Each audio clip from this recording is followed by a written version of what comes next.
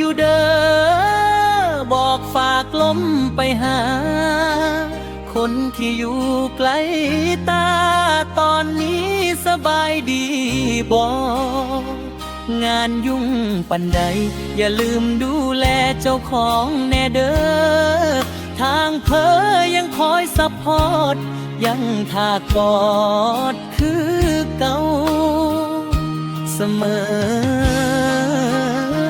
แค่อยากให้หูว่ายังฮักและคิดฮอดเจ้าคือเดิมแนมเบิ่งฟ้าคืนนี้มันเหงากว่าทุกวันจากวันที่เฮาห่างกันเพื่อไปเฮ็ดตามฝันของเฮาเจ้าอยู่ทางคุณสู่ชีวิตเหนื่อยบ่นอคนเหงาส่วนทางนี้มีแต่ความว่างเปล่านั่งกุมมือถือท่าฟังเสียงสายบ่ได้ทักไปดุเพราะยานเจ้าสิวุ่นวาย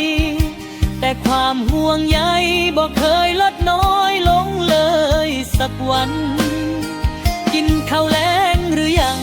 พักผ่อนแน่เด้ออย่าโมงงานถึงเฮาสิห่างระยะทางแต่หัวใจยังวางไว้มองเก่า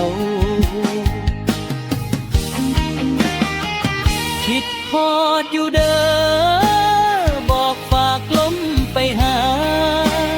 คนที่อยู่ไกลตาตอนนี้สบายดีบ่งานบุญปันใดอย่าลืมดูแลเจ้าของแน่เด้อทางเพอยังคอยซัพพอร์ตยังท่ากอดคือเก่าเสมอแค่อยากให้หูว่า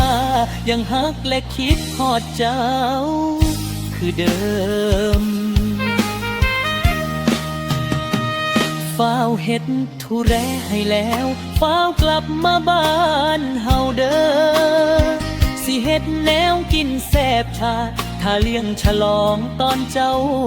มาถึงคิดฮอดอยู่เด้อ